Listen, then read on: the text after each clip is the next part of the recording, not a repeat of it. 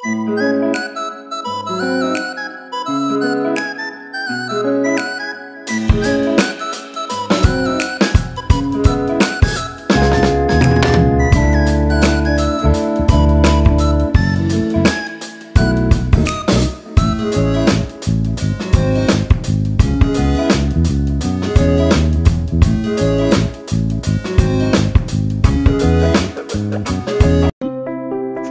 guys! Welcome to my channel, DTV. Kung hindi pa kayo nakapag-subscribe, subscribe na to my channel. Ito yung vacation ko ngayong 2024 para mag-attend ng aking graduation sa aking anak, na pangalawang anak. At siya ay mag-graduate ng year 12. So, nandito na ako sa airplane papuntang Maynila. Nandito na kami sa taas. At excited na akong makita yung mga anak ko. Pero usually, every year ako umuwi. Pero last November, nakauwi rin ako dahil namatay yung brother ko. So, 6 months pa lang. Ngayon, pauwi na naman ako dahil graduation ng aking anak. So, very thankful din na ang amo ko ay very understanding. So, pinauwi niya ako at meron siyang consideration. So, paswertihan lang guys sa pangangatulong pagtatrabaho ng abroad. Paswertihan lang talaga sa mga amo. May mga amo din na mahigpit. Hindi ka basta-basta makakauwi. So, swertihan lang talaga. So, yan ang haba ng biyahe guys. Kasi pag 3 hours ang biyahe ko mula Hong Kong to Manila. Tapos pagdating naman ng Manila, tatransfer naman ako ng Manila to Jensan. So, medyo wholly talaga ako magpabiyahe nito. At makakarating ako ng Jensan mga hapon na.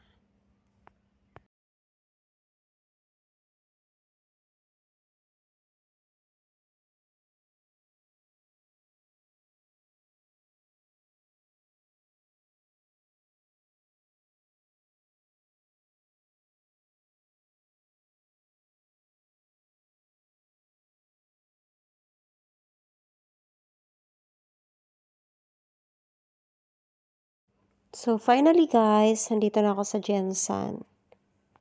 So, ito na nga, nakarating na ako ng bahay, itong aking bunso. So, dahil si amo nagbibigay ng regalo sa kanila, so binigyan sila ng 300 HKD bawat isa. So, nasa 2,000 yun, pesos. So, yun naman mga ngiti. Dahil wala kaming niluto, nilabas ko sila para kumain sa labas. Ayun na, mga masaya naman. Ang sarap kasama yung mga bata. Kasi lumalaki na rin silang wala ako. Tapos, wala rin yung tatay nila dahil nag-asawa ng iba. So, ayan. Masaya pagkasama.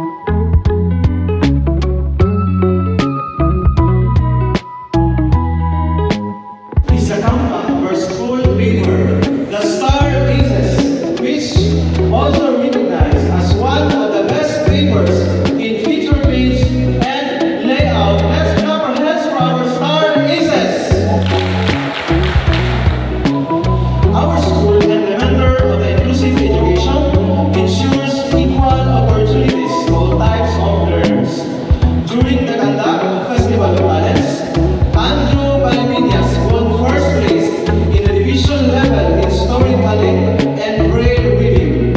He represented Sarangani Division in the Regional Festival of Talents and even won third place in the same event. Let's clap our hands for Andrew.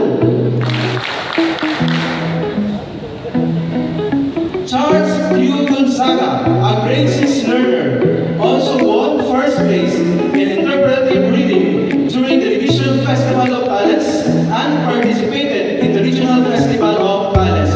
Let's clap our hands for Charles. Beyond the classrooms, our school has also shown brightly in the realm of extracurricular activities. Our students have showcased their talents in sports and Techno-Olympics competitions and have brought home numerous accolades and awards.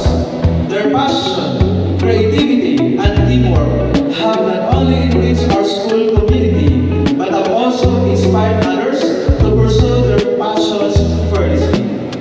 Our table tennis doubles secondary girls, as coached by Sir Gerson Pinchavez, won Reynalyn Pagran and Georgina Catolico. Let's clap our hands for them.